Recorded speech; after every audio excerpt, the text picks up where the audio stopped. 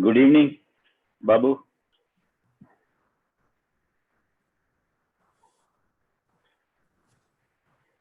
Hello, Babu. Good evening. Hello. Good morning. Good morning, Babu. Good evening, sir.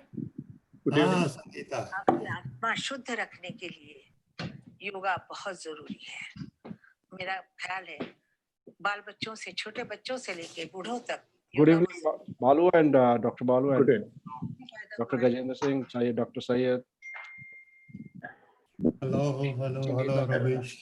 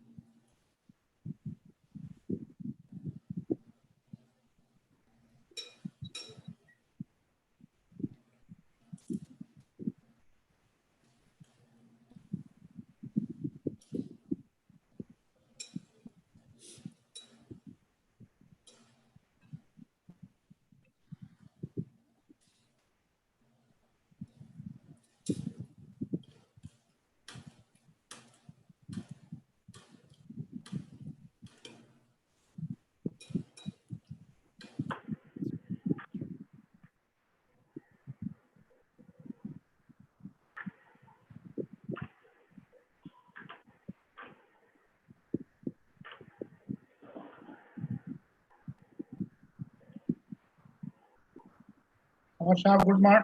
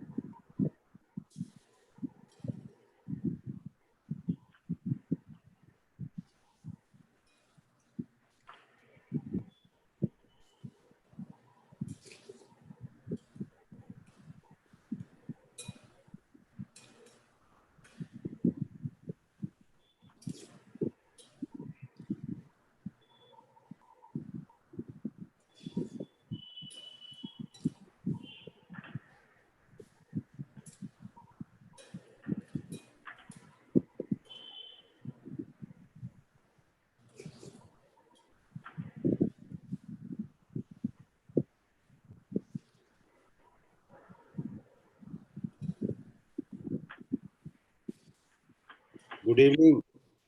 Good evening. Oh, good evening. Good evening, Dr. Saab. Good evening. Good evening, Dr. Das.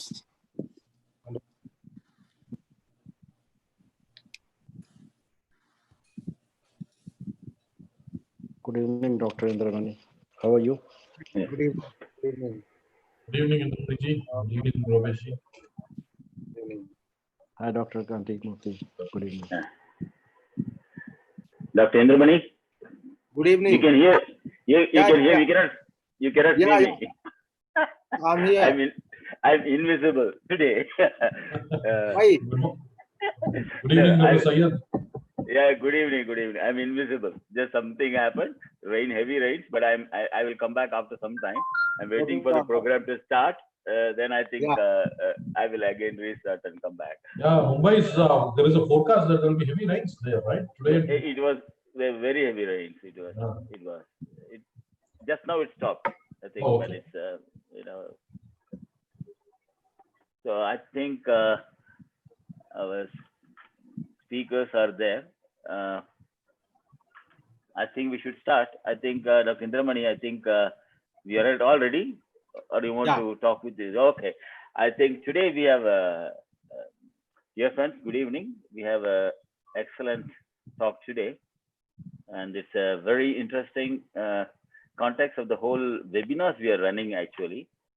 Actually, Webinar 1.0 started to bring in technology, awareness of technology to agriculture engineers. That's about something like teaching and training. And training in agriculture engineering, I feel, is one of the most important today.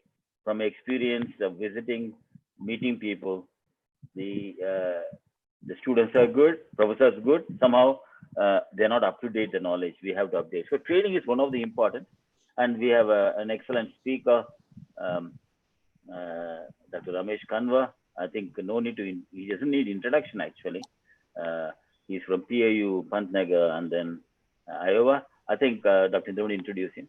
After that, we have another equally important topic, that is on industry, the problem industry facing, what industry needs. Because I always mention to you that agriculture engineering or agricultural students, mainly most of them want a government job. They go very less people to industry. But ultimately, it is the industry that brings to the farmers what we do the work. So I think we will listen from also second top, S Balachandra Babu, a well-known person again. So I would request Dr. Indramani to introduce the speaker and start the program. Dr. Indramani. Thank you. Setu will be managing this one in between the time. Okay. Thank you, Dr. Syed. As you said, today we have two very important speakers. Very handsome speakers, very learned and ever smiling. Both Mr. Babu and Dr. Kanwar I have found ever smiling. So that is one very good, very rare in the professionals. So thank you, welcome. And first speaker is Dr. Kanwar. You know that Ramesh Kanwar is Charles F. Curtis Distinguished Professor. He received his BTech from PAU, MTech from Pantnagar, and PhD from Iowa State University. And there only he grew up. A very distinguished and long service he gave there, and rose up to the department head and head and chair of agriculture engineering department at Iowa State University during 2001 to 2011. He also served as vice chancellor of Lovely Professor University in India and provost of ADA University in Azerbaijan. He has been a consultant to many international organizations: World Bank, EU, GEF, UNDP, USAID, NATO, FAO. You name the organizations, and he has been consultant to those and has been in more than 60 countries. And Dr. Kanwar has taught water resource engineering courses in Austria, Belgium, and many other countries, and received a number of awards. He has been honored with honoris causa and honorary degrees. From Asabe, he has been, he has been awarded John Deere Gold Medal and also, Best Professional. And so he has guided more than 30 PhD students and 29 MS. A very learned speaker, very experienced speaker. And first time I met him 1990 at AIT Bangkok. And the cheerfulness which I saw at that time, same cheerfulness I see in Dr. Kanwar even today. So friends, let us welcome our great speaker today, Dr. R.S. Kanwar. Dr. R.S. Kanwar ji.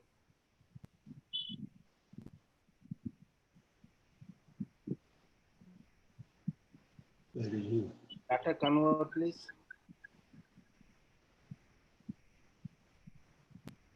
Dr. Mani, can you hear me?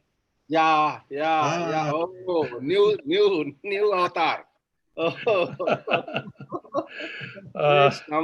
new avatar. Oh, great.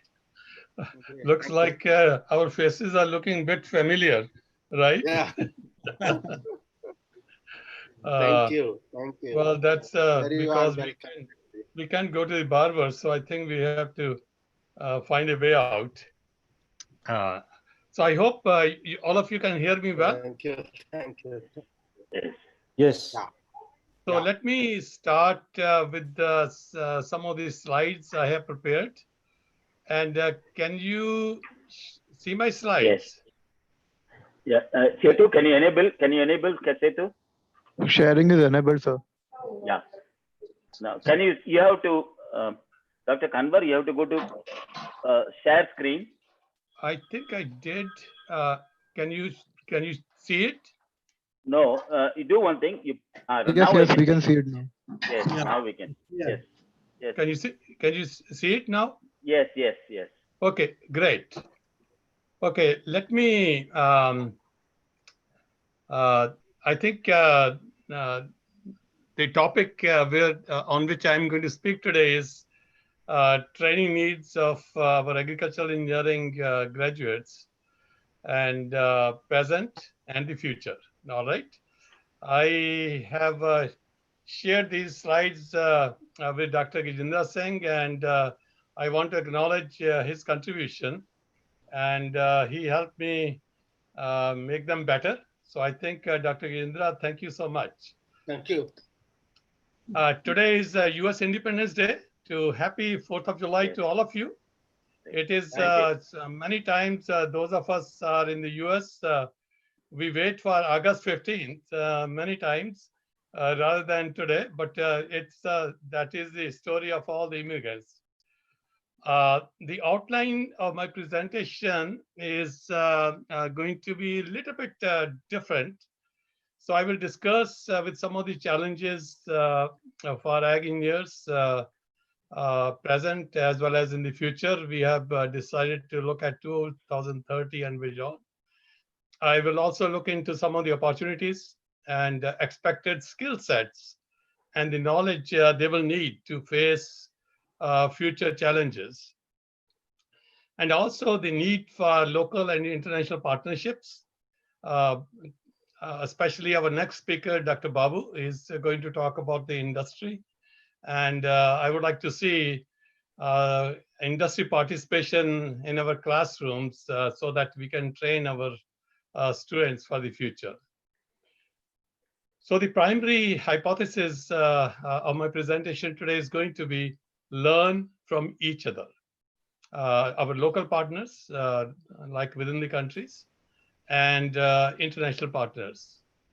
And I will share with you some of the global examples, how we are training agricultural engineers.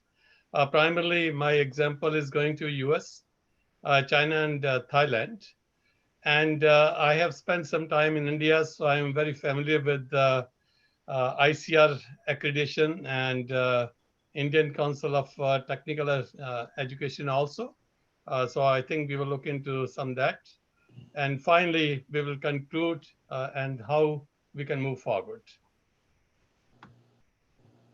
I have few qualifiers because I think sometime we make presentations and views. My views in this presentation are going to mine or my colleagues.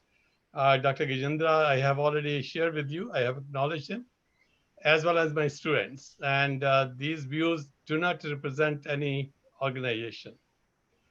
All models of training engineers are good models. Our primary responsibility as teachers is to prepare them for future.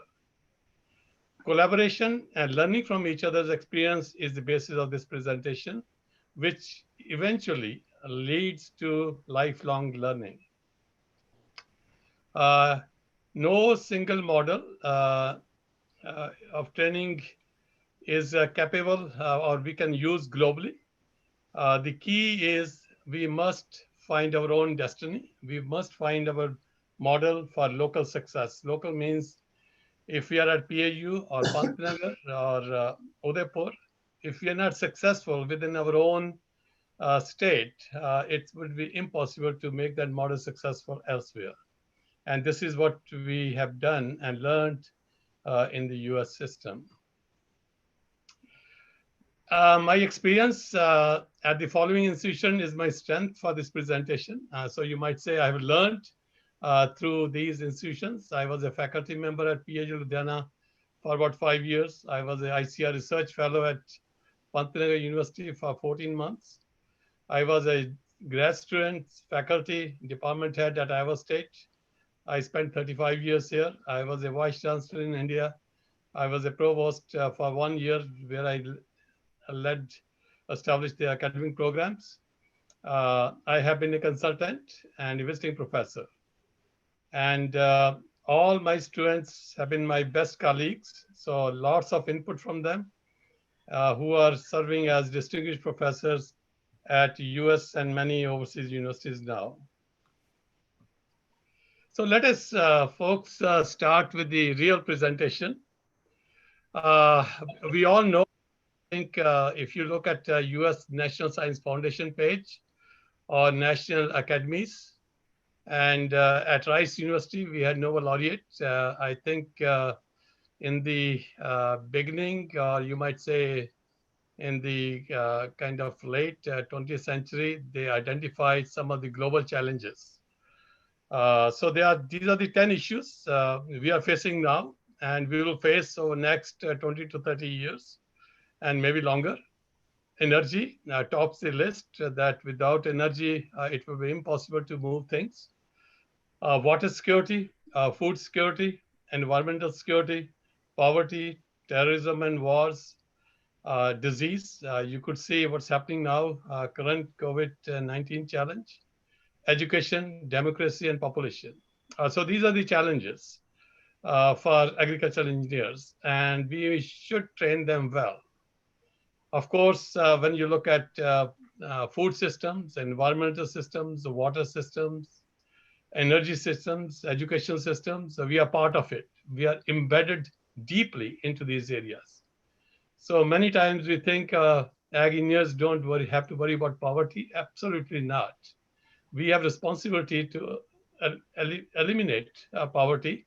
And if you have seen United Nations 17 goals, poverty ranks number 1 there. Democracy, we have to teach our students how to excel our democratic systems. Many times we think what role we have to play with the population. Absolutely, we have to play a role. Wherever we go, we should teach. In fact, we should teach all ag engineers in classroom about the population challenges our society is going to face.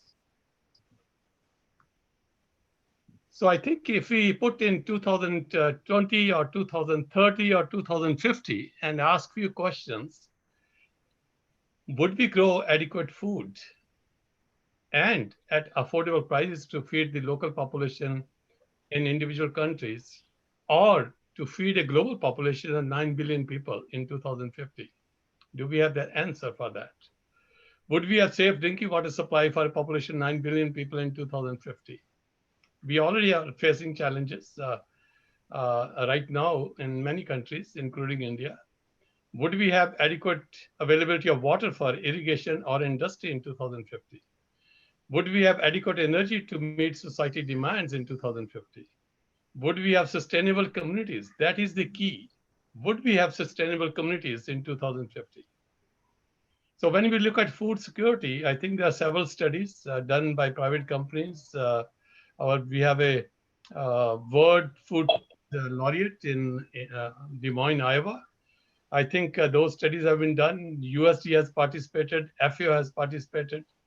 And thinking is that we may have to grow, increase food production by 20-30% by 2030, and possibly 70% by 2050 to meet the food demand. So how it can be done? Science, technology, government policies, and trained manpower. That's how we are going to accomplish all that. So personally, I feel these are the challenges, but these are the opportunities for ag engineers to become part of the global society and help us solve these problems. So I think the hypothesis is, and again, those studies have come from US National Science Foundation, national academies, that 60% of the currently available industry job will disappear in 2050. And to be very honest, when you talk to the think tank people who sit in these studies, they are not sure what kind of job we are going to have 30 years from today, to be very honest, how the technology is going to move. And the pace of technology, the way the pace is moving, what we accomplished in the 20th century over 100 years period, we might accomplish in next 20 years. And after that, what? So nature of job available in 2050 will require very different, unique skill sets. So that is the challenge for all of us. And that brings a burden on all of us that we must train our students differently. They have to think differently. They have to be long life learners. And we can look at our time. To be very honest, I can look at my time. Professor Jugendra, I don't know, Gajendra, if you face those situations. When we were learning some of the design projects, even at MTech, when I came to Pantnagar or I was at Ludhiana, there were assignments from previous students. They were design projects from previous students. Rather than scratching our own heads, we used to go there and learn from those experiences rather than thinking too deeply. And many times I heard those examples were there even at IITs during our time. So I think the training how we received is different than how we are training students now. And it is definitely going to be different in the future. Our tools are different. We are very blessed, the kind of tools we are using today to communicate with each other. And it will happen in coming year. So our motivators in the US, how we train engineers, accreditation process is number one, that we offer only accredited degree programs. And it's a process, and it keeps us on toes continuously, year after year. And we follow that, and that's how we become better. And the second thing is, whatever degree programs we have, they must lead to livelihood of students. They should learn how to become useful member of this society. They should become productive member of this society. Either they should find a job or they should become an entrepreneur. My preference would be, rather than looking for a job, majority of the ag engineers in present or in the future can become entrepreneur because there are plenty of opportunities available. And the programs have to be locally available. Like I said, we are in the land grant mission in the US. I see professors, there are several professors from the US on the online right now. The program we are offering at Iowa State University may be totally different than at Oregon State University. We have a comparison at the University of Nebraska, which is next door, our neighboring state. Their BS degree program has totally different number of courses or a different focus of courses because their local needs are different than Iowa's needs are. So this is the primary responsibility we have. But at the same time, we try to meet the national needs of the society as well as global. And finally, the point I want to make is we should prepare our students as good human beings, good citizens of the society. And we should offer courses towards them. It's always difficult, I say, to change people, but at least we can put them on the right pathway. And I firmly believe if one is not a good human being, any education is meaningless. So who has the responsibility to train agricultural engineers? I would say primary responsibility is ours at local universities. Our professional universities like ASABE and the ISAE has also very important role in the training. Our industry are equal partners, I would say, for training agriculture engineers, especially in the US. I think our industry plays a very dominating role. Like at Iowa State University, our 100% students, they have industry internships, either in summer. Many have semester-long industry internships, and several students end up in taking year-long internship. In fact, they delay their degree program by a year and prefer year-long industry internship because they are going to be absorbed by the same industry after they graduate. And there's a role of national and international partners. When I say national and international partners, we collaborate with each other universities. For example, if I'm developing a course at Iowa State University in water resource engineering, I might be collaborating with faculty from Cornell, I might be communicating with Davis, California or Nebraska. So I learn from each other to strengthen my course at Iowa State University. And this is a very common practice. In fact, many times we share our slides, we share our syllabi, we share our portfolio total, and we don't shy from kind of sharing our lecture notes in the US. So there are many global models. So I'm going to take US as an example because we have land grant mission, and the mission is to serve the people of the land first, either Iowa or US, and next global. India was a beneficiary of US land grant system, and I feel very fortunate that I'm an outcome of land grant system because my BTech is from Ludhiana. It was the second land grant university in India. Pantnagar was the first land grant university in India. I received my MTech from there. And my PhD is from Iowa State, which was the first land grant university in the US. And there are several other universities were established in India under the same mission. In India, I qualify to make this statement because I spent time in India and I led one of the universities there, and I was primarily responsible for their academic program. So I learned there. And Lovely Professional University was the first private university in India receiving ICR accreditation. And I think still it is the only university, private university. So ICR and All India Council of Technical Education, they play very important roles in the degrees, or you might say accreditation. And I think like I will give you examples of ASAB, American Society of Agricultural and Biological Engineers, what role they play. And my hope is that we can also look at the similar possibility of ISAE. And I'm a life member of Indian Society of Agricultural Engineers. So I think I'm as passionate for ISAE as much I'm passionate for American Society of Agriculture and Biological Engineers in the US. So I'm going to share with you the role of ABET at the universities, the role of ASABE, role of industry, and role of our partnership between US and international universities in the curricular development. ABET is an autonomous, non-profit, volunteer organization. ABET is a stamp of quality. I think all our agriculture engineering program in the US, as well as other engineering programs, are accredited. And if you want to exclude MIT, Harvard, Stanford, they were the Ivy Leagues, just like IITs didn't care about the accreditation.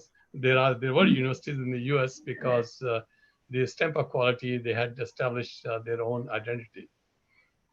And the key is the continuous improvement of the curricula.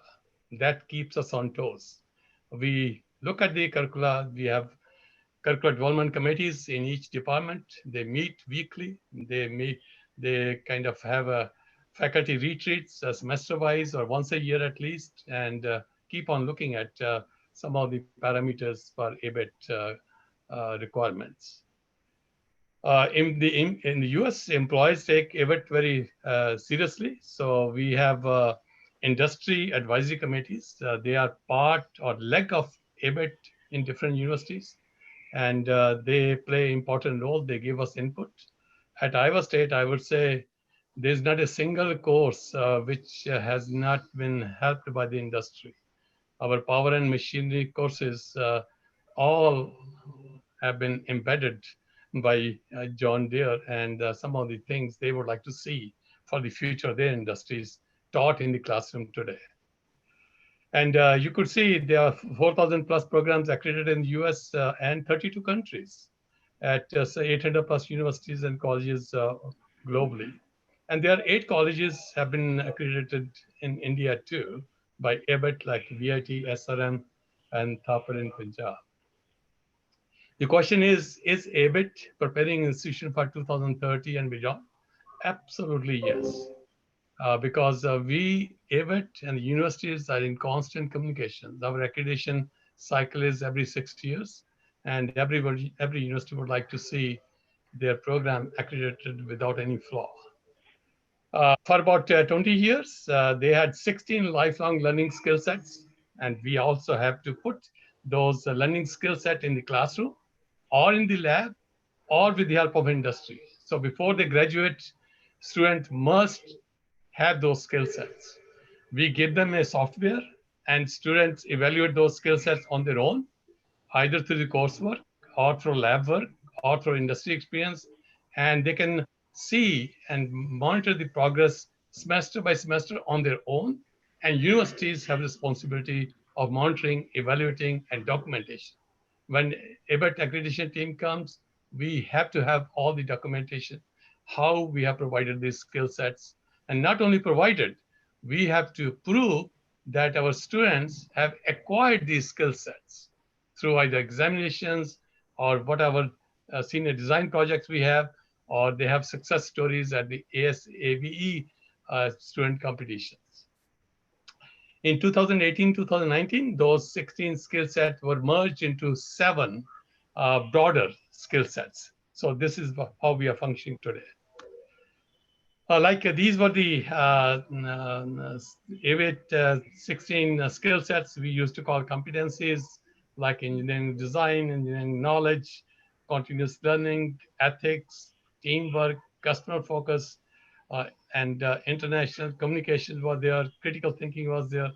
And when you look at today, now these are the 7 skill sets: ability to identify, formulate, and solve complex engineering problems, ability to apply engineering design to meet public health, safety, and welfare. And not only safety, we have to look into the global, cultural, social, environmental, economic factors. Ability to communicate effectively, ability to have ethical and professional responsibilities, ability to function as a team player, ability to conduct experiment, interpret data, and draw conclusions. So big data, which we hear, is becoming a big part of our curricula. And the ability to acquire and apply new knowledge as needed, which is a lifelong learning. And this is what is going to take us into the future. These are the 7 skill sets which we have to assure. And when ABET team comes every 6 years, they look at it through our self-evaluation reports. So university design, another important part in the US model is nobody tells us how to design our courses. Nobody tells us how to design our curricula. Of course, we have our own process, we have our own system, but we have complete freedom to design a curricula.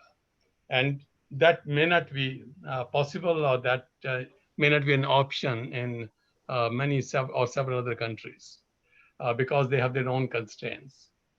In the US, no government agency guides, interferes in the university governance. We have to exist, we have to excel, we have to perish on our own merit in the market. Back in the 80s, you might have seen several agriculture engineering programs disappeared.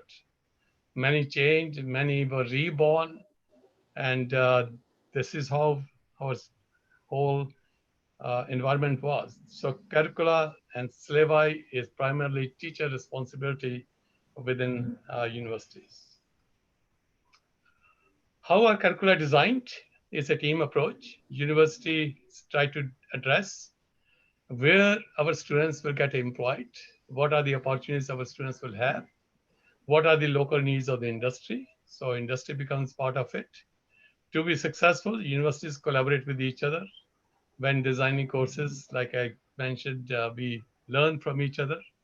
And many times we borrow courses from each other, we strengthen each other, and we share. And many times our curricula might be very similar. For example, teachers teaching, now we call it advanced machine systems, we don't call farm machine systems, will share his or her course syllabi with teachers at other universities before designing and finalizing. So basically, we kind of map, or you might say we do benchmarking so that we can become probably among the very best. Two university curricula may not even match with the which is 50-60% because their needs are different. Like in Nebraska has a primary need on irrigation. Iowa has primary need for farm equipment industry like John Deere, International Harvester, or so we have now several other names for the industries and farm equipment industry. But we all must meet ABET's criteria. Their criteria is that our students must have skill sets they have identified. They must know how to design things. They all must have engineering basic knowledge. They must have the basic knowledge of sciences, and they must have basic knowledge of humanities to become good human beings. So Iowa State University Agr Engineering curricula may be different from the University of Nebraska because of the needs of the industries. The elements of success, this one I have already gone through. As said, mostly we follow the ABET, but one emphasis we are giving it, and I think that's being given either through ethics or social responsibility or good citizenship, we are focusing on good humanity. So humanity is core. I think every university is striving for. And this another thing is we have been doing more and more on curricula, hands-on or experiential learning. It is part and parcel of it because majority of the universities, I would say 40 to 50% curricula is hands-on. Industry training, study abroad programs are 100% of either our students get study abroad programs or industry. I would say 100% students are getting industry internships here at Iowa State. Where the future is going, controlled environment agriculture is there, vertical farming is there, urban agriculture. We will look at some examples from Netherlands. Precision agriculture, where heavily sensor development. When you look at the power and machinery system these days, nobody is going to ask you how to design a tractor. Even we don't teach. We are teaching students how to make the machines smarter and smarter, how all the technologies are embedded into the system so that the user or the owner of the machine can function much better, much more effectively, much more efficiently in terms of its use. Biofuels, alternate source of energy, wind and solar. Climate change is the major system. How we are going to manage land, watershed systems. Like some of the universities in the US are heavily focused on ecological engineering. Some are heavily focused on machine systems. Some are heavily focused on soil water side. Some universities are becoming very heavily on what I call horticultural engineering because majority of the ag engineering emphasis is on horticulture industries. So I think we all are deciding our own destiny in a different way. Automation, robotics, nano, artificial intelligence, big data, how to help how these technology will help a small as well as a large farmer. That is going to be our future. At Iowa State University, I will have one motto. We attract talent. There are our students and faculty. We retain talent so that our students can finish their degrees. Our faculty never decided to leave Iowa State University for whatever reasons, we retain them and we produce talent. That means we train our students for the future so that they can be a useful member, they could be useful member of society. Our motivators in Iowa, I will share with you, Iowa is different than others. We are number one pork producer in the US. Iowa is producing 1/3 of the total pork in the US. We are producing 16 billion eggs a year in Iowa, which is number one egg producing state. We are number one corn producing state. We are number one soybean producing state in the US. We are number one biofuel or ethanol or biodiesel producing state in the US. So these industries we want to keep number one. So every department in this College of Agriculture should have their programs to meet the demand of these industries. So this is what Iowa is. So if you look at the biosystem engineering programs, the biosystem engineering program will be heavily focused on biofuels. The biosystems program at University of California might be heavily focused on the alternate source of energy like wind or solar. So this is how we move on. 75% of Iowa's economy is in agriculture. So I would say Iowa's economy is very similar to Indian economy. We must train our agriculture engineers to serve the local industry. And good news is 70% of our agriculture engineers every year, they find jobs before they graduate in Iowa itself. They don't have to leave the borders. So this is how the strength is. So at Iowa State University, we have in the department 5 different identities. So you might say subdivisions, land and water engineering, where we do the land management. No, wait a second, it moved. And other part is advanced machine systems, biological and process engineering, which is bio and food, animal production system engineering, because animal industry is huge in Iowa. And we have also introduced occupational safety engineering in the department. We also measure our success. So I was a department head for 10 years. So we had department head come, they set their goals in the year they come, and they monitor or evaluate what they have accomplished in 2011. So in the final column, you could see how far we have gone. So my primary, if I would say one accomplishment was to raise $75 million for the building so that we can have a new building for our Agr Engineering, which is probably, I would say, the best building in the country. I would say it might be the best building in the world for Agr Engineers. If you come, you're going to see the labs of the future, and amazing, amazing. So we are ready. And that has also helped us from 2 years in a row. We used to be number 2 and 3 in the country in terms of US news rankings. But from last 2 years in a row, we are number 1 ranked department in the country. So industry helps us with the redesign courses or co-design courses or completely designed courses. Industry also helps building labs. I would say 80% labs at Iowa State in Agr Engineering are having industry names. They are endowed by industry. Our engines lab is a John Deere lab. Our engines are given every 10 years, new engines where students get experience. So if you come today, the engines are all with all the embedded sensors. If you have come 20 years back, those engines were very different without many sensors. Every year we get a new tractor from John Deere, state-of-the-line assembly. And then at the end of the year, we give them back.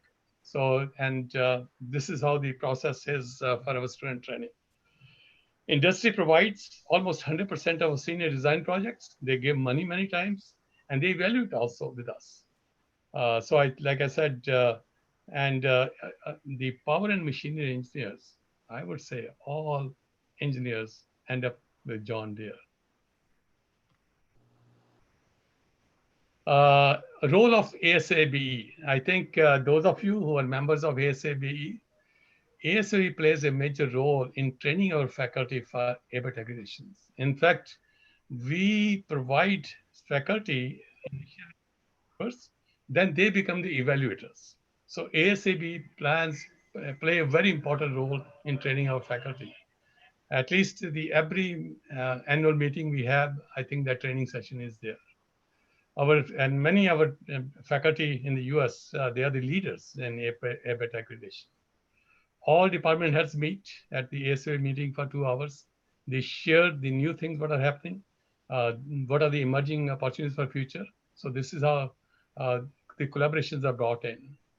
100% of our students become ASA members, and they participate. They become student members, and after that, it's their responsibility to become either full members or continue their membership. Participate in their ASAB has a quarter scale tractor competition. It's a completely designed quarter scale tractor by the students. And I would say about 30, 35, 40 universities participate in this competition. The robotics competitions there, the rain wars competitions are there, and several paper competitions are there to improve their communication skills. And many times the placement sessions are arranged by the ASAB for students and universities. So I think ASAB plays a very important role in the student development and faculty development. Iowa is also home to the world's best agricultural industries because of the nature of the agriculture. You name it, whether they are tractor industries, the harvesting, harvesters are there, the farm equipment, it's in Iowa.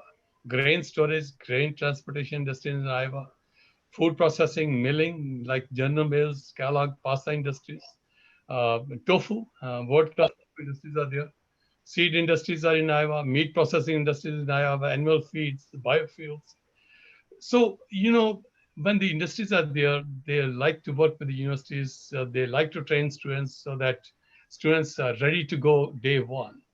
The only model which I have seen different between India and US, we are training our students in the US. They are ready to function on day one as engineers within the industry, whatever roles they have to play, because they have been trained.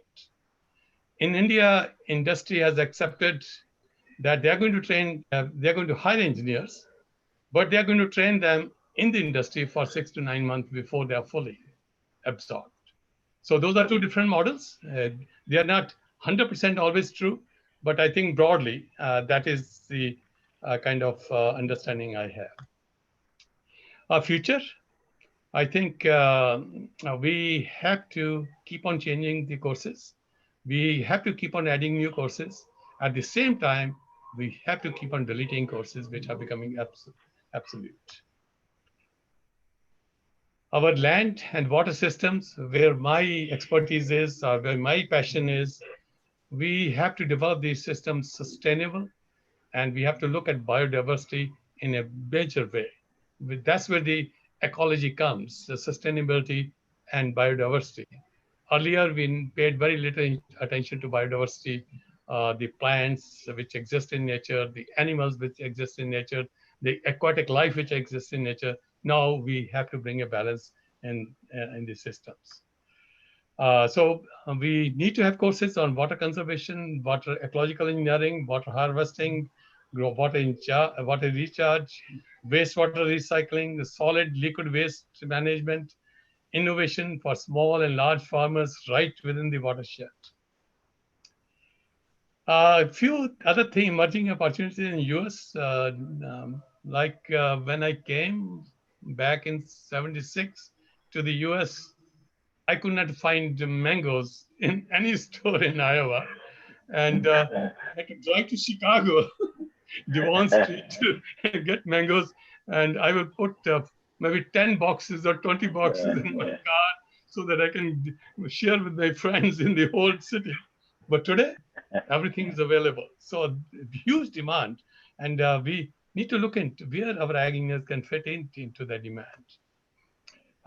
Agriculture is changing. Peoples are different, players are different, products are different, places are different.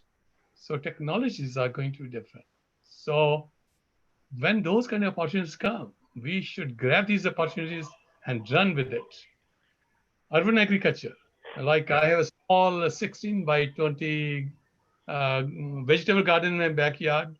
And to be very honest, I'm growing okra, I'm growing karelas, I'm growing lauki, I'm growing tomatoes, I'm growing eggplants, and I'm growing chilies. I can share with the whole town. I have 20 plants.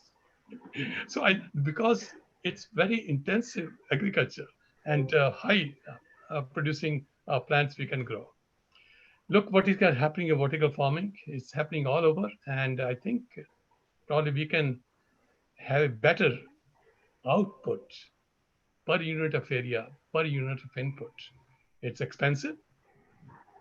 It pays off. Now look at what is happening in precision agriculture. Look, what are the future opportunities coming in genome editing? We are having our students are taking courses in this area at Iowa State. Social and environmental implications, robotics, sensors, information is technology is embedded in all the tractors. Our laptops are embedded in kind of combines of our operator can take a rest and have connected with the markets right in the field. So I think that's what the future is for us, and we got to change with time. In Iowa, our emphasis is on smart machines for conserving soil, conserving water, conserving corn and beans, and producing more feed and food and fiber. So this is what Iowa is, and this is what we need to move. Look at it where Netherlands is heading to. Many of you know Netherlands is the second agriculture exporter in the world. Such a small country. How they have accomplished? They get raw products from India, from us, add value, and export it back. Look what at Wageningen University Dairy Campus I visited. Amazing. They can milk 150 cows in an hour. And in the villages, it takes half an hour to cow with hands. Thailand model, I want to share with you what other countries have done in a very short time. In 2016, Thailand started what they call Golden Jubilee Program. And many of my colleagues who are online, they probably know it because they were part of it. And I became part of it. And they decided that they are going to identify 9 universities in Thailand, and they should be ranked among top 200 or top 500 universities in QS World Ranking. Look at the mega goal they had. And if that had that goal, whether it's a research, training of students, or helping the farmers, will be automatically accomplished. And by 2016, after 20 years, 5 made it into QS rankings. And have we achieved 200 university ranking in QS in India? That's the open question for all of us. So what they did, they decided that they are going to train 20,000 PhDs over the next 20 years. That was not only the goal, they wanted to have international partnerships through these students. And they gave each student a fellowship for 5 years, $150,000 US dollars. A country like Thailand was investing in each student $150,000. But each student will have a foreign mentor. So I was a foreign mentor for 3 PhD students in Thailand. And each student, my student I was mentoring, they spent 6 months to 1 year in my research lab at Iowa State University. So every student will spend 6 months to 1 year in overseas lab. So that brought the collaboration of faculty. And that faculty was expected to spend at least twice a year, 1 week at Thai University, where student was being mentored. And Thai government was paying 100% travel, air travel, local hospitality, boarding and lodging, out of the same grant of $150,000 to US faculty. And there was another goal for students. They will have their PhD thesis in English, and they will publish minimum 3 to 5 papers in high quality, high impact factor journals. And foreign mentors were the bonanza for these universities to change their curriculum, to develop the research program, to kind of advise in many other different ways, collaborate in many different ways, have joint international conferences. And I ended up in becoming a foreign science advisor at Konkan University for 5 years. So this is how I learned there. China model, you know it very well. In 1982, 50,000, China sent 50,000 students to US at their own expense only for 1 year. And guess what? None of those students went back because they were so good, every US professor aspired to have them as their PhD students. Many of them are US faculty and collaborating with China. All universities were encouraged to develop collaboration with China, and it was a mandate from the Chinese government. In 2000, they asked many universities, the selected universities in China, to start hiring US faculty. So when they start hiring US faculty at US salaries, you know what happens. They also went into QS rankings. In 2011, China started a 1,000 talent program to hire elite from the US at salaries as high 50,000 US dollars per month. A country like China was paying those salaries. In return, they were getting technology, they're getting infrastructure, they were getting talent. And that's how transferred China. So I think I share with you quickly these three. So international opportunities, I will go very quickly because Dr. Mani and Dr. Saeed Ismail wanted me to share with you. Number one is we always have been looking for educational opportunities, primarily US, Canada, England, Australia, but there are many other pockets where students can go today. US land-grant universities are there, and I think we know very well, we don't have to worry too much about the US system. Many of us are aware. I will spend very little time there. So I think our students in India are very well aware of how to get into US universities. But I will highlight fellowship, Fulbright Fellowship Program and Hubert Humphrey Program, which is not taught very well in Indian universities. I think students could be given a little bit more background that they can take up, they can take advantage of these opportunities. Canada is very similar to US, so no brainer. But there are other pockets. Australia and New Zealand have become very good hubs for agriculture and education. Very similar sort of system we have like in the US. Europe has become a very good system. Belgium has 4,000 fellowships for PhD students for all of the world, and each fellowship is at 36,000 euros, unhidden. So I think we should look into some of these opportunities. Japan, Korea, Thailand, I think there are lots of new hubs are coming up for our higher education, and I think our students should not feel shy to go to these countries now. Israel is opening up. UAE has a couple of universities which are world-class universities. You should get a chance to see those universities. And these universities, 30 to 40% faculty are from the US, Canada, England over there. There are other couple of opportunities I want to share with you. Dr. Kanwar? I'm done. Yeah, please. Okay. I'm done. It's my last two slides. World Bank has a young professional program. It's one of the best internet civil service. And once they get into that, I think you can go to the website and educate the students. And they do hire annually student interns, either paid internships or unpaid. And United Nations has a very similar sort of program. And I think we should educate students on that also. And there are 16 CGIS centers. We all know about that. And I think they are excellent hubs for undergraduate student internships or PhD students. After they can become scientists there too. That's a good model. So in conclusion, US training models for agriculture engineers were developed in collaborative mode, learning from each other. US model is based on continuous and lifelong learning. Professional societies play a very important role. Good training models are moving forward, training entrepreneurs. So in every program, entrepreneurship course is an essential element now. Training future engineers with multi-skill set will be the key to our success and success of society. Thank you so much for your patience. I think I took a little extra time. My apologies. No, thank you, Dr. Kanwar. This no need to apologize. It was very, I think, most informative I have heard in the recent times. With all your experiences you shared for the students, it's something outstanding. May I request you to stop sharing? Yeah, stop sharing. You will see stop share. I think I'm seeing a share. Yeah, I stopped. I stopped. Okay. Okay, stop it. Okay. Okay. Okay, I would please don't everybody don't unmute your mic, please. It'll be disturbing. I will give all of you to ask questions. I'd like to make my few comments to Dr. Kanwar. I was involved in ABET before 8-9 years back in SRM. I was in the committee, very professional. It was for electrical and electronic engineering, not for agriculture engineering, because my daughter was studying there.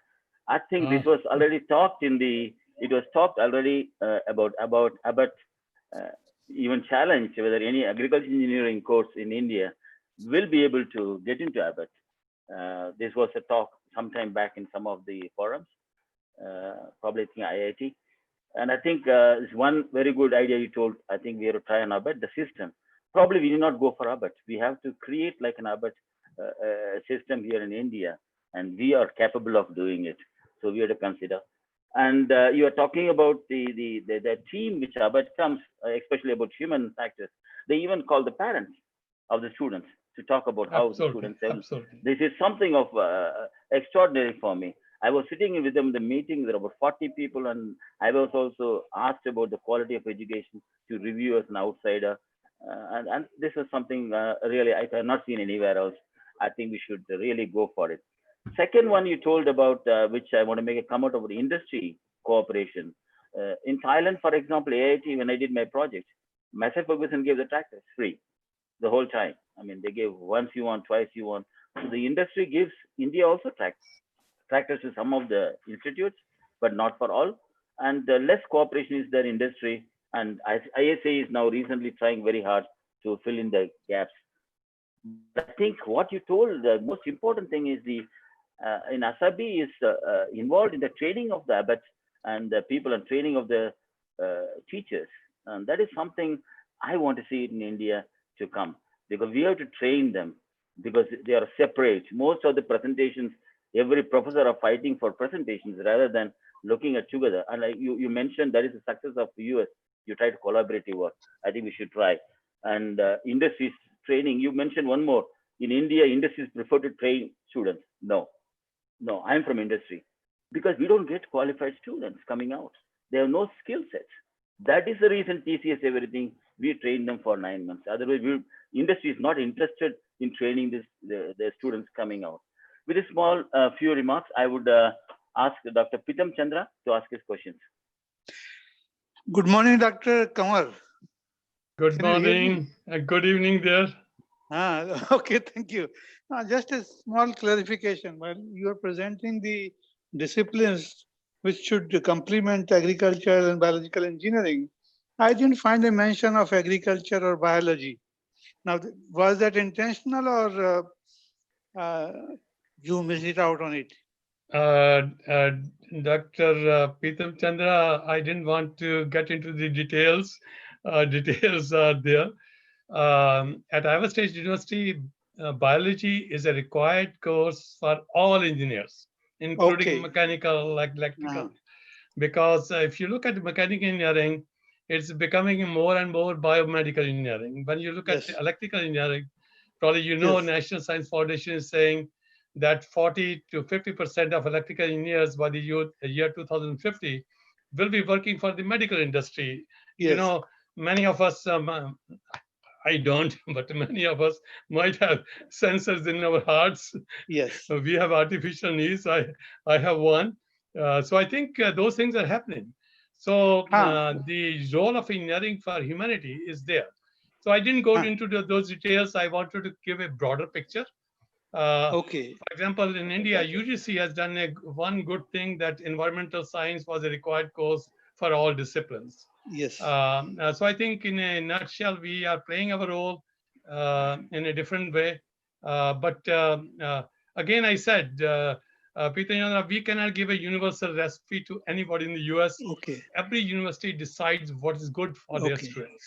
So I take it that agriculture is included in your list of in fact, if you look at the bio, I have a minor in soil physics, to be very honest. And at Pantnagar, I had a minor in mathematics as a part of engineering. because my professor pushed me. I should become mathematician before I can solve Yeah. the problems of groundwater hydrology. Yeah, I think So I think mathematics that's is very quite important. common. Yeah. Yeah. Thank you. Thank you. Thank you I very would much. address Dr. Sangeeta Dhingra, please. Yeah. Thank you. Thank you so much, sir. Am I audible, sir? Yes. Yes. Yes. Well, thank you so much for an excellent presentation, sir. My question was, since we are teaching here also, what do you think we can do to make our students, like to allow our students to be more creative here while we are teaching them? Is like, what do you think? What are your ideas? What can we? I think Dr. Said Ismail mentioned his daughter went to SRM, and SRM, there are a few universities that are doing it. I was with the lovely professional university. We did things differently. When I went there, I was amazed. The theory was dominating. Even practicals were dominating with theory. They were practicals for the sake of practicals. But this is how the education system is everywhere. But individual teacher can make a difference. I always say when I went to India, people were saying that very difficult to get good faculty. I said, give me a mediocre teacher, but give me a passionate teacher, a teacher who will show passion. The teacher has a passion that I want to do something today different in the classroom, that so the students can learn something. So what we did, we worked first with the teachers, try to create a passion that if you go, the students kind of look at your face and look at the energy in you, that this is the teacher, I want to learn something. And this is the legacy for the teacher, I want to leave for the students. Things will start changing. So we changed the curricula. Now, of course, I had a background from the US, so I tried to bring ABET type of system. And we mapped our curricula with some of the good universities in India, some of the good universities in the US. But one of the heavy focus in India was the number of credit hours required for a degree program were 180 by All India Council of Technical Education, UGC. Students were, the myth was, let us keep 5 days a week students in the classroom, 8 hours a day. Students cannot learn. You have already blocked students' learning capability. So we reduced the number of credit hours to 160. Then there was fear that what UGC will say, what All India Council of Technical Education. So the freedom was not there, but we took some bold steps. So now All India Council of Technical Education brought down to 160. Now they're talking about 120. So as leaders of the universities, we started communicating with these agencies, although very difficult to communicate for a vice chancellor with a UGC chair. I think the communication process is very different, but All India Technical Education has opened up. They are looking at a change. So I think they have given 20% flexibility for changing curricula. So today, if you go to lovely professional university, 40% curricula is hand-on experiential learning. We have set aside a room with 50,000 square feet area. It's completely under open lab, and students are working until midnight and doing projects. So that's what we need to do. Thank you, Dr. Kanwar. We are running short of time, so we are very short of time. So we will take the questions at the end of the session. Please wait, bear with me, and I would request Dr. Indramani to introduce the second speaker. We will take the questions afterwards. I know who has asked questions. Please, please. Friends, there is a time constraint, so you can email actually your questions, and we will try to get answer from the speakers. So, friend, now we have Mr. Balachandra Babu. He is entrepreneur. Presently he is managing director of Farm Implement India Private Limited, Chennai, and he is an agriculture graduate, converted to engineering. And myself, I visited his factory. Professor Singh has visited his factory in implement manufacturing area, one of the best, manufacturing infrastructure. And Mr. Babu is synonym of quality in agricultural machine. So, and he has been associated with number of societies. He is fellow of ISAE, honorary fellow. and then he's a life member of ASADE, and a member of ISA, member of Club of Bologna, and he has been president of AMMA. So we will be, and he's a great philanthropist also. He's running a school to 12th standard and free of cost. Students are getting education. Mr. Babu, we know you as a friend of ISA. We request you, as your time is short, so we request you to go for presentation. Mr. Babu. Okay, thank you.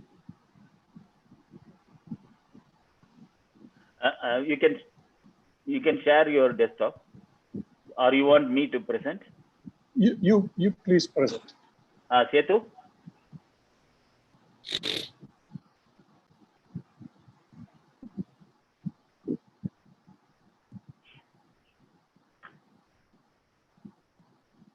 Yeah, it's on. Presentation is on this day. Yeah.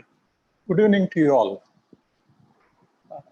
AMMA's role for sustainable agricultural mechanization in India and the hurdles faced by the industry is my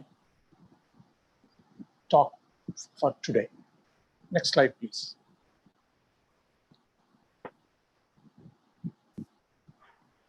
SMAM, the main goal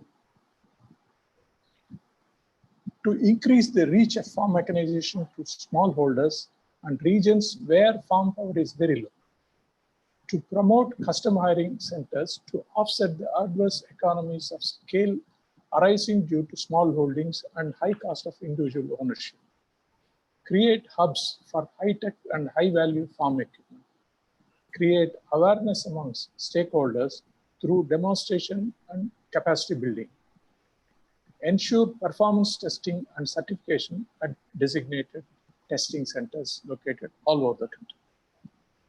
Next sentence.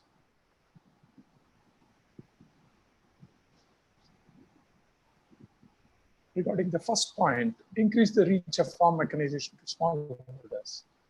Smallholders accounts to 82% in this country.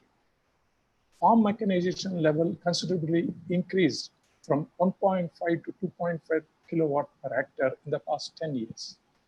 But farm mechanization levels estimated at land preparation approximately 60%, seeding and planting approximately 40%, crop maintenance approximately 50%, irrigation approximately 45%, harvesting 70 to 80% of wheat and rice, and less than 25% in others. Driving forces for this, acute labor shortage leading to high cost of labor, and various support schemes and subsidies by the government. Gaps in achieving this. The above mechanization level is mostly based on medium and large holdings, which accounts to 20% of the farmers. In the case of small and marginal farmers, mechanization level is very, very low. Next slide, please.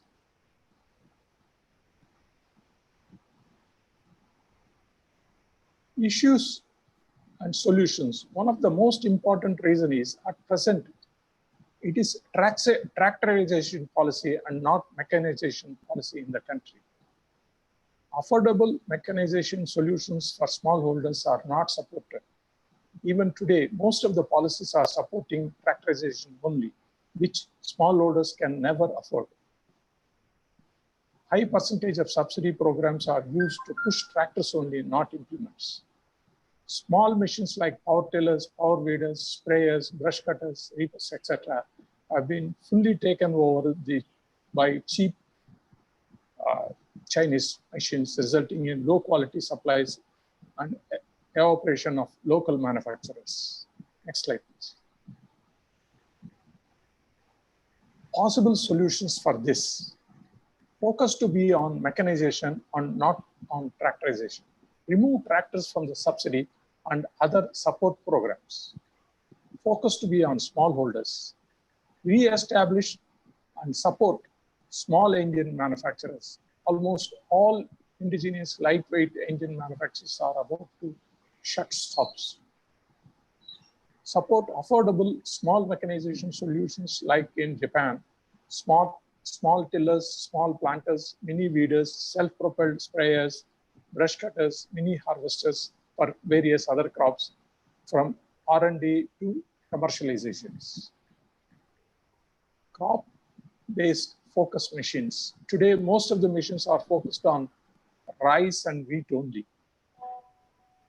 Bring small machines into agri inputs like fertilizers, etc. Enables farmers to acquire small machineries easily from their Kisan cards. Support multi-organization machines for large farms. Introduce credit guarantee fund support to fund or to purchase of these by the farmers rather than the subsidy. Remove subsidy for imported machines. Next slide, please.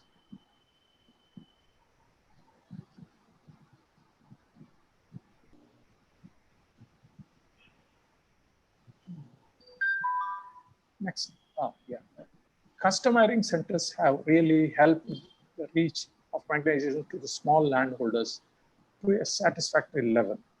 Subsidy support in establishing the customizing centers.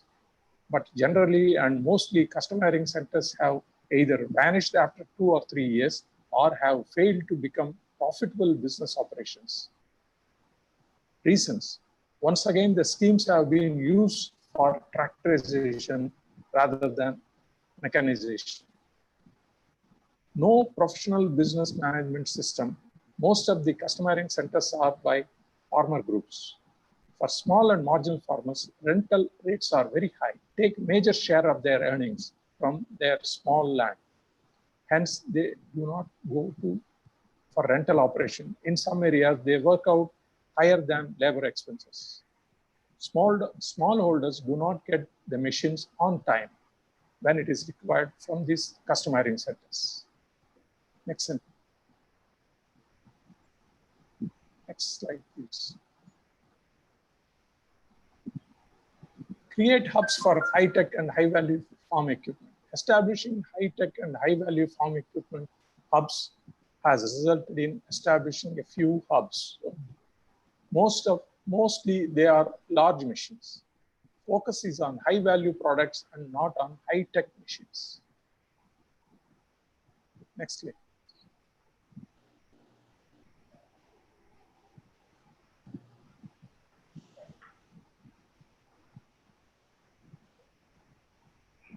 Awareness creation among the farmers is the most important activity to be taken. Awareness on the benefits of mechanization, available schemes, available technologies and machines. This to be taken to the farmers periodically. Issues and solutions. Mostly the small machineries are manufactured by MSME industries, which cannot take up the high cost of awareness creation programs nationwide. Here we require the support of the policymakers. Awareness programs to include not only demonstration of the products, but also about operation and maintenance of the machineries. Next slide, please.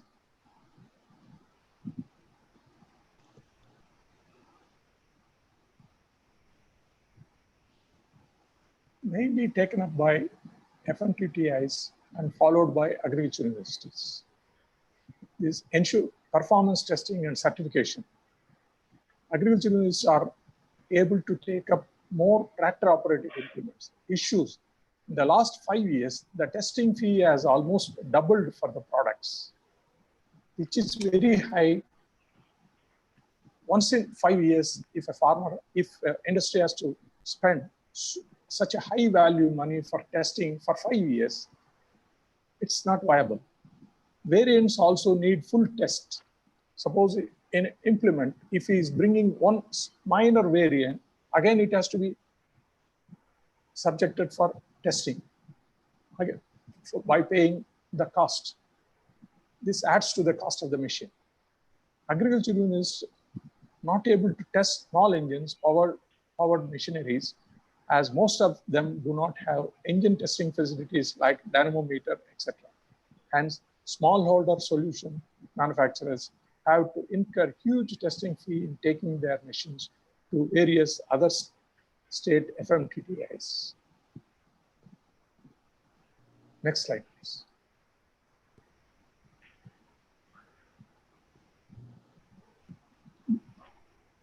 New standard initiative. This is where I want to make more comments on this.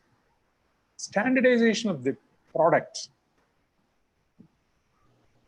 Here, we are having a lot of problems.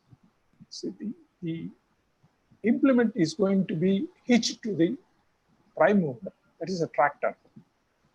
If it is going to be 3-point linkage, it is going to be 3-point linkage. If it is a trailed equipment, it is going to be to the drawbar. And if the implement requires auxiliary power, like mechanical power takeoff or hydraulic power takeoff, electrical power takeoff, if the tractor is having pneumatic power takeoff. Today, most of the machines require mechanical power takeoff and hydraulic power takeoff. Thus, the standard to be imposed on the implement is for this linkage points, 3-point linkage and hydraulic and electrical.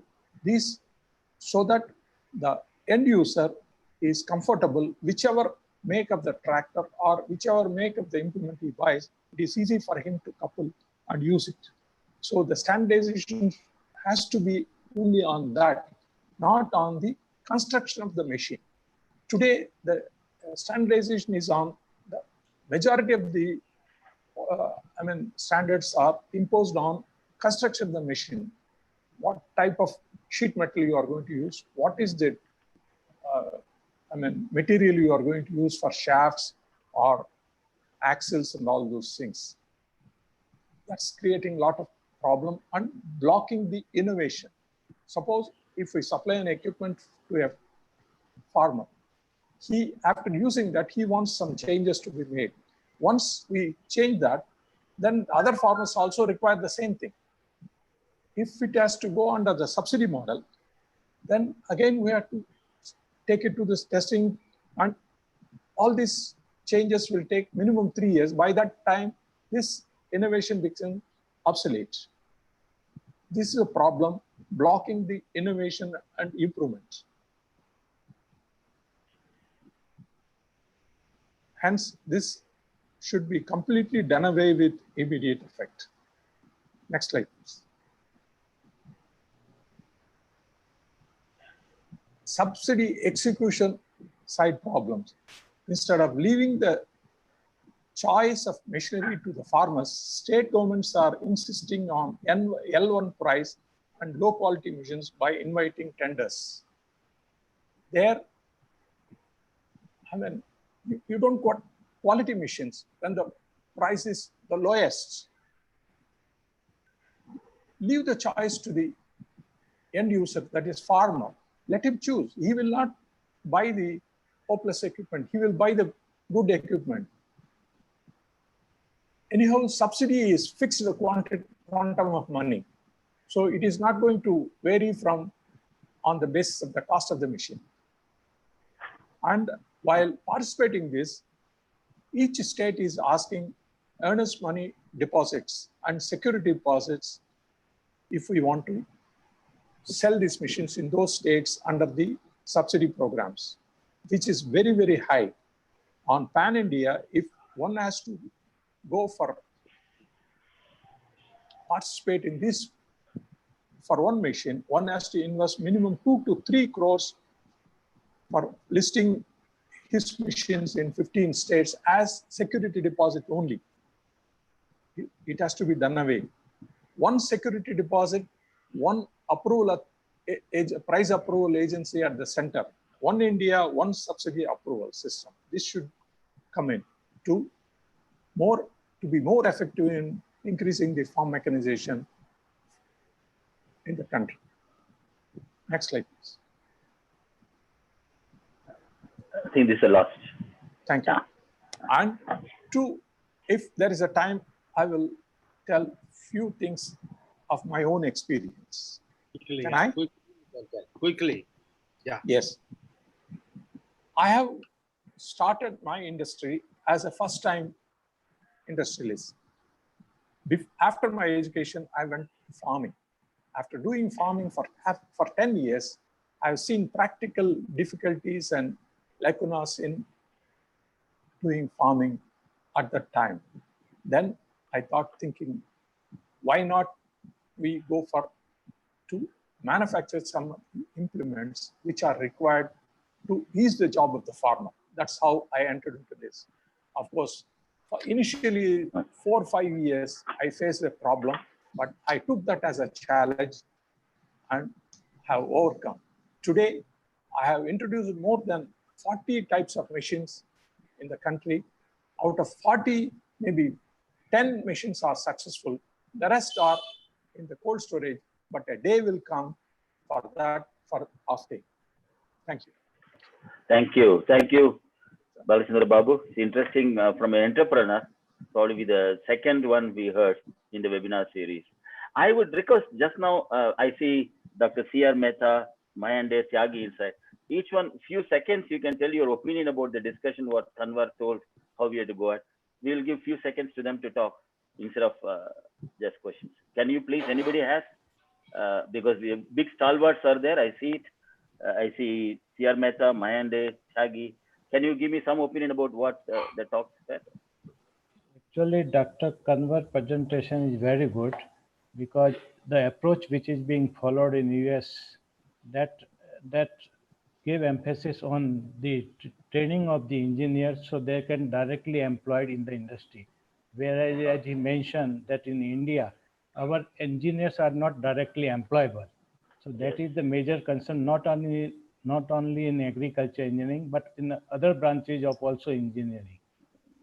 That is my observation also. So that highlight that we need to change our curriculum at frequent interval as per the need of the industry. Thank you, Dr. C.R. Mehta. Excellent suggestion. And Dr. Mayande? Yeah, thank you. Dr. Kanwar, I think excellent presentation, and we learned a lot about Iowa State's agricultural strength and industry. You have experience of both the US and even Indian university system. We do have all land grant universities in India. I think you rightly mentioned that our students are not employable directly. I think our curricula is not changed very frequently as much it should be. Curricula change every 10 years. Dean's committee sits and they change the curricula. I think that's the problem. In fact, it should be dynamic curricula. So what do you suggest that our students should be employable? I think I have different models in mind that we should have curricula change every year. Some topics to be added, some to be deleted. But that is not happening because of your bureaucratic system and a lot of layers in the system in decision making.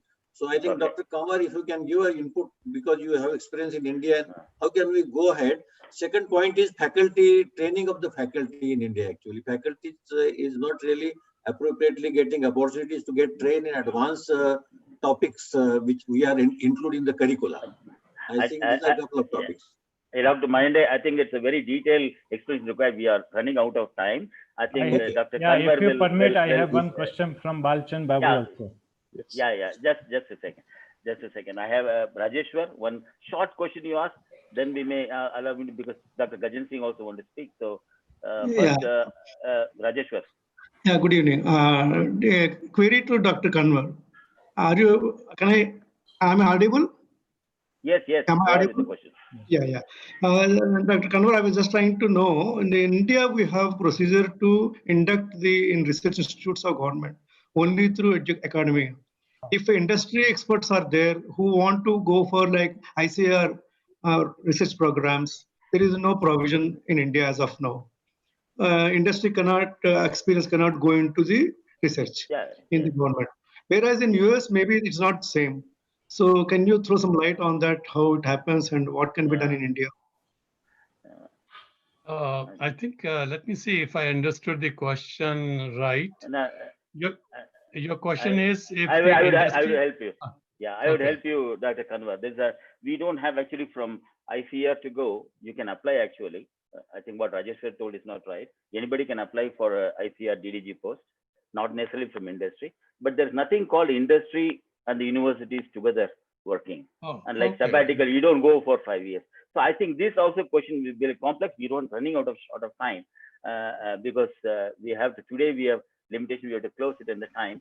So Dr. Gajendra Singh, you have some concluding remarks? Well, I have a request to Ramesh. Can we set up a system in ISAE to identify the best agricultural engineering department or college? Like you have the, Iowa has been the best department, okay? So can we develop a certain kind of criteria so ISAE can start selecting, and that probably create a competitive environment, and hopefully some improvement will take place. For Balachandra Babu, I think I have a very simple suggestion.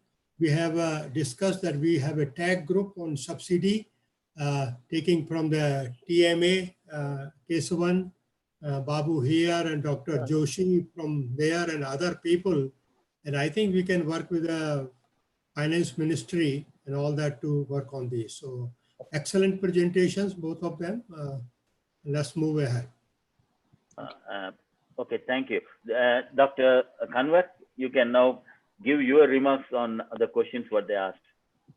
Thank you, Gajendra. And I want to thank Dr. Mandre also. Good to see you. I remember those days when you took us to the Shirdi temple and we were visiting your university as a delegation from Iowa State. So memories are still fresh. Professor Gajendra, regarding having a ranking system, I think it's a very, very sensitive topic to rank the universities. So ISAE in collaboration with ICR can take an initiative. ICR is already doing universities. ICR already does. I have been a member of that evaluation. Yeah. Yeah, my point is for the agriculture engineering and specifically, ISAE can develop a collaborative approach where ISAE can propose certain mechanism, certain process, how to rank the departments. I have seen ranking system of ICR. It is, the challenge is like in US news, US and world news, we have totally autonomous biases are not there. And their inputs are from employers. They want to look at your research faculty, look at the number of National Academy members. So parameters we can suggest very similar to what we do in the US. And I think hopefully it will lead to some way down the road, maybe 5-10 years after, a kind of ranking system, reward system. Now, one thing I will say, I think Dr. Mandre was asking me a question, and I think somebody else. At Lovely Professional University, we started a reward system for faculty. We give them freedom that every semester you come and propose a change. And we change in a syllabi up to 5 to 10%, they can do anytime. But they should share with other faculty why they did it. And we used to have forums like faculty meetings. And then we rewarded them in a very different way. Sometimes there were financial rewards. Sometimes there was a travel grant. Sometimes we recognize just putting a pat on their back. So I think when you create that kind of environment, things start happening. But there's a word I will use, Dr. Gajendra and I talk very often. There's a word, comfort zone. Most of us are in a comfort zone that we are very comfortable what we are doing. And to be very honest, when I started as a lecturer at PAU Ludhiana, I was getting like 470 rupees a month. And now the salaries, assistant professors is making close to 1 lakh. So salary structure has become very good compared to buying power. So I think the key is we need to create a passion. We need to create a belongingness. The faculty, this is my university, and I'm the mover and shaker for the future society. When those kind of things come in the classroom and the university campus, the environment, even during my time when I went to Pantnagar, the salaries were not very high, but every professor was passionate. I didn't see any professor, even if you used to say slow professor, they were doing much far better than what I see many times today. So I think it's a cultural issue. Why that has happened, I have no idea. So we need to get out of the comfort zone, all of us, and do something different. Thank you. Thank you. That is a very important and interesting advice. I think we all know that. Like we are talking, professors get 2 lakh salary and after pension gets 1 lakh. So there was one of the comfort zones we are there. I think we all know that we are willing to change. We are going to change. And I think today, I think excellent topics and we heard. I'm very sorry we are short of time today because some other commitments. So I would ask Dr. Indramani to give conclusion remarks, please. Thank you. Thank you, Professor Kanwar. It was, as per the expectation. Thank you for the opportunity. Thank you for the opportunity. Many things, and your points are really very much important because industry institution interaction, and then common course. We in India have dean committees, and in most of the universities we are having same curricula. We have to also rethink because India is also a very big country. The requirement of North is requirement of South, requirement of North, and I think you gave a very good point that should we have for all the universities same curriculum? One, and this if VIT and SRM can implement ABET system, why not other institutions can? I have very close interaction with VIT. My son is doing BTech there, and it was a very interesting, the pattern which they are following. So there's another thing, and take home messages.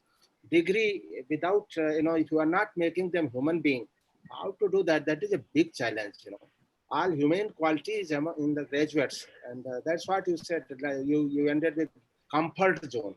How to change that? These are the challenges.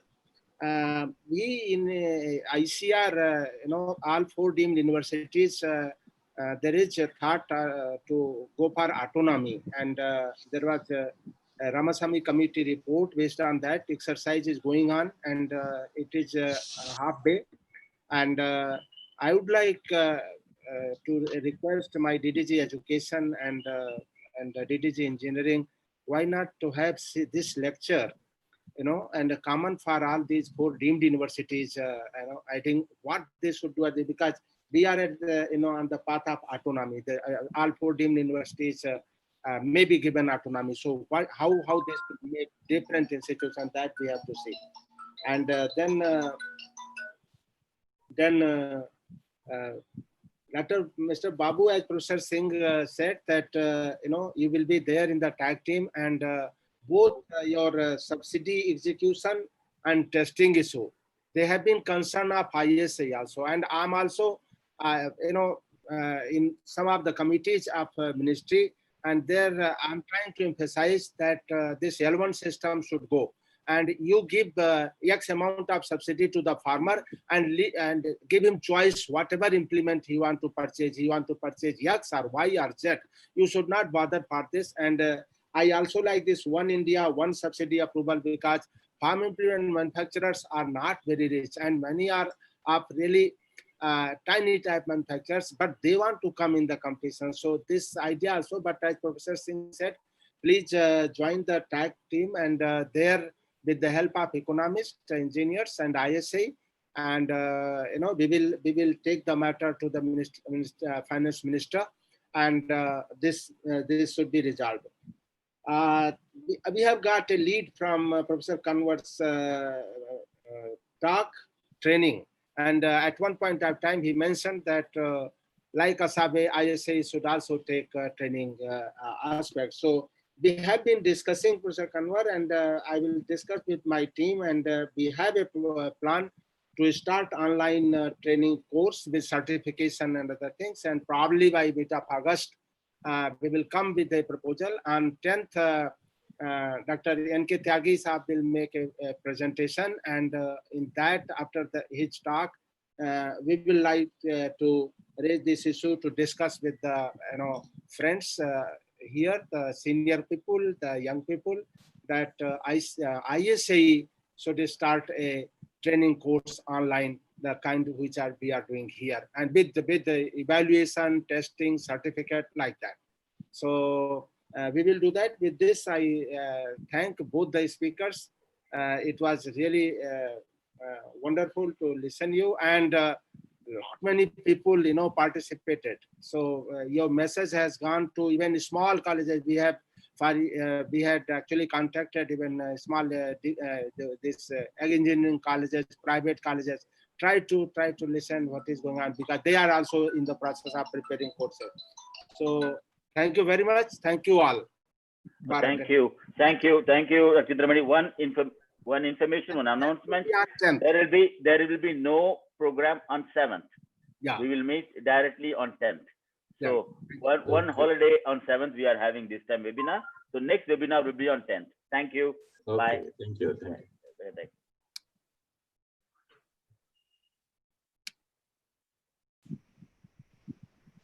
Say to close.